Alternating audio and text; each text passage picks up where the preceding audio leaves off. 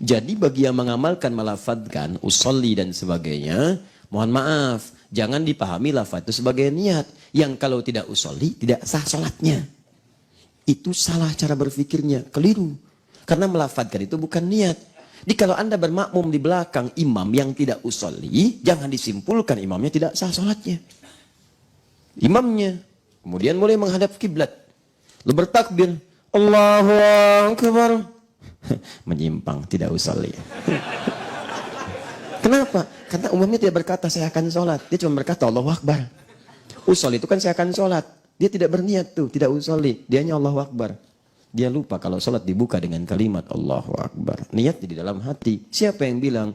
Nabi yang menyampaikan itu. Contohnya Imam Asy-Syafi'i bahkan menuliskan dalam kitabnya. Jadi begitu mengatakan Allahu Akbar, hatinya mengiringi dengan niat. Jelas?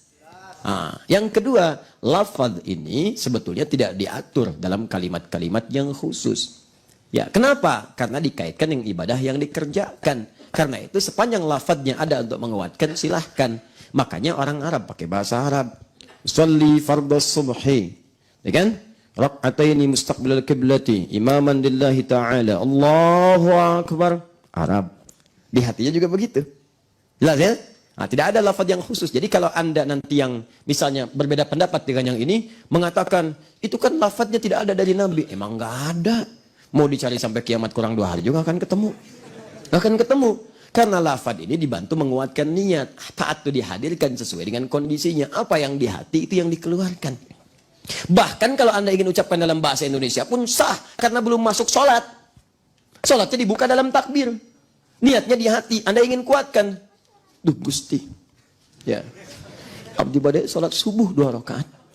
Nyuhunkan khusyuk ya Allah. Sebagai makmum lillahi ta'ala. Allahu Akbar. Hati mengikuti. Kemudian bertakbir, sah salatnya. Jangan katakan itu tidak sah karena nggak pakai usolli. Itu bahasa Arabnya usolli. Kan? Fardhu subhi rak'ataini mustaqbilal qiblati ma'muman lillahi ta'ala. Paham di sini? Jadi kalau kita menguasai banyak bahasa juga enak, gitu kan? Bahasa Arab kuasai, bahasa Indonesia pahami, bahasa Inggris itu kan kuasai, bahasa Jepang, bahasa Sunda, hebat. Di terjemahan bisa berbagai bahasa. Die hard, hesepae. Die hard tu can pae kene. Die hard tri tu pae. Misalnya. Kalau pakai bahasa Indonesia kan nggak enak, gitu kan? Itu biasanya kan. Banyaklah, tapi juga tidak semua amalan, tidak semua amalan menggunakan bahasa lokal, nggak bisa. Sholatnya kalau sudah masuk takbir nggak boleh pakai bahasa selain Arab, nggak bisa. Karena itu langsung diberi petunjuk langsung dengan lafadznya, bahasa nabinya. Awas, bahasa nabinya lihat, sallu kama ra'aitumuni usolli. Sholatlah kalian seperti melihat saya sholat. Bagaimana caranya? Saat dimulai dari awal sampai akhir ikuti Nabi. Di luar kasus yang terjadi pada zaman Nabi, silahkan di luar sholat, boleh. Tapi dalam sholat, tidak. Karena semua bacaan masih sama dengan Nabi. Jangankan Anda mengucapkan dalam bahasa yang lain, diterjemahkan pun nggak boleh. Nggak boleh, awas. Sekarang banyak yang kreatif tuh. Itu dosa tuh. Penerjemahnya, orang sholatnya, macam-macamnya. Ini ada imam sholat, sampingnya penerjemah. Bayangkan. Apa Allah nggak paham dengan bacaan Anda? Yang lain bisa. Kenapa cuma Anda yang nggak paham dengan bacaan itu? Allahu Akbar, Allah Maha Besar. Bayangkan. Saya nggak kebayang kalau yang nggak bisa bahasa Indonesia dibawa ke daerah pedalaman di Sunda, diterjemahkan sama Sunda. Allahu Akbar, Gusti Anu Agung. Betawi yang nggak bisa bahasa Indonesia. Allahu Akbar, Tuhan gua gede. Kacau ibadah itu, dan itu nggak benar. Itu nggak benar. Hilangkan coret yang seperti ini. Paham seperti ini? Kesimpulan yang pertama, apakah melafadzkan niat bagian dari niat? Bukan. Melafadzkan niat itu bukan niat. Melafadzkan niat untuk menguatkan niat. Kalau tidak melafadzkan, apakah sah salatnya? Sah salatnya. Kalau tidak berniat tapi melafadzkan, apakah sah salatnya? Mustahil. Bagaimana bisa melafadzkan kalau nggak ada niatnya?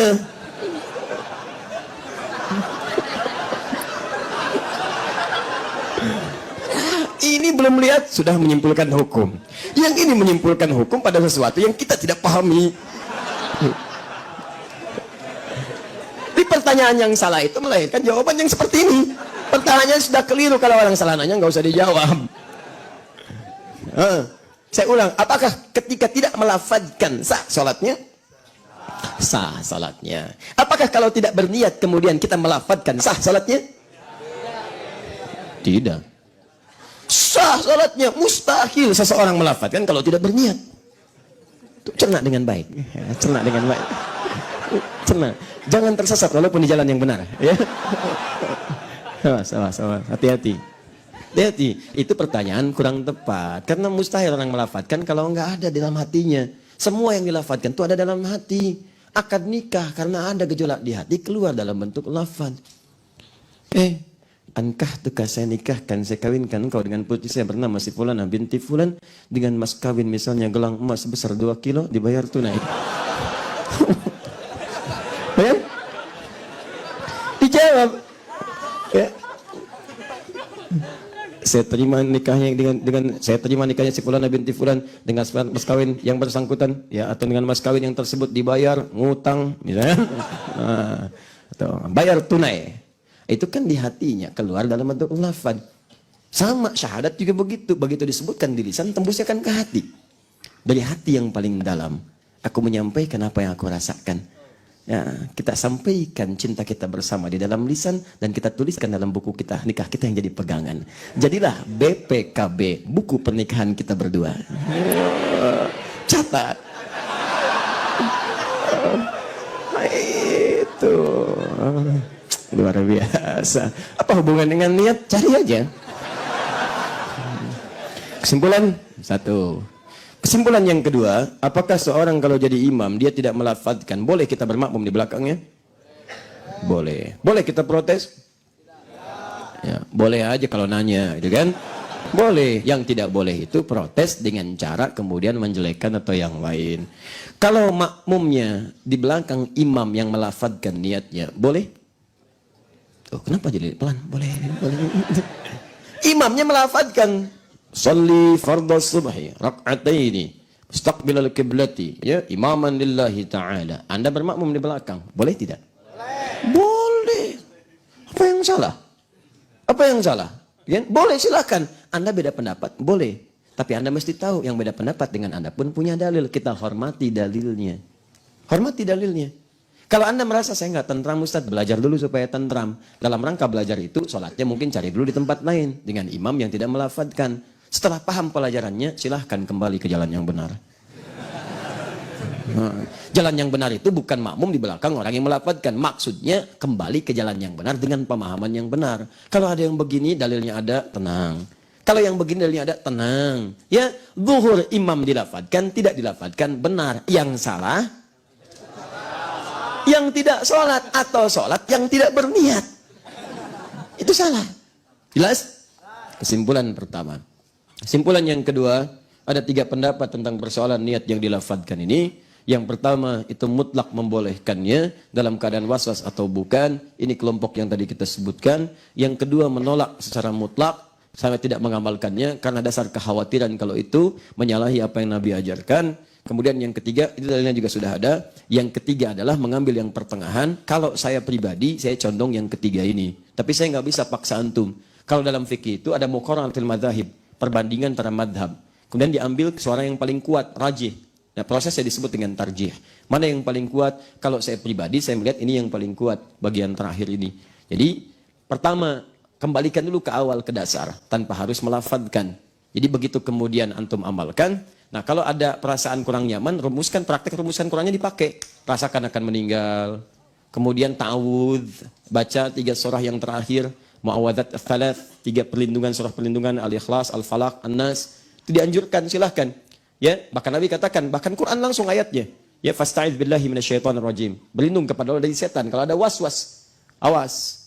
Fa imma yanzaghannaka minhum naz'un, kalau ada bisikan-bisikan yang membuat kita was-was susah, fasta'idz billah, berlindung kepada Allah.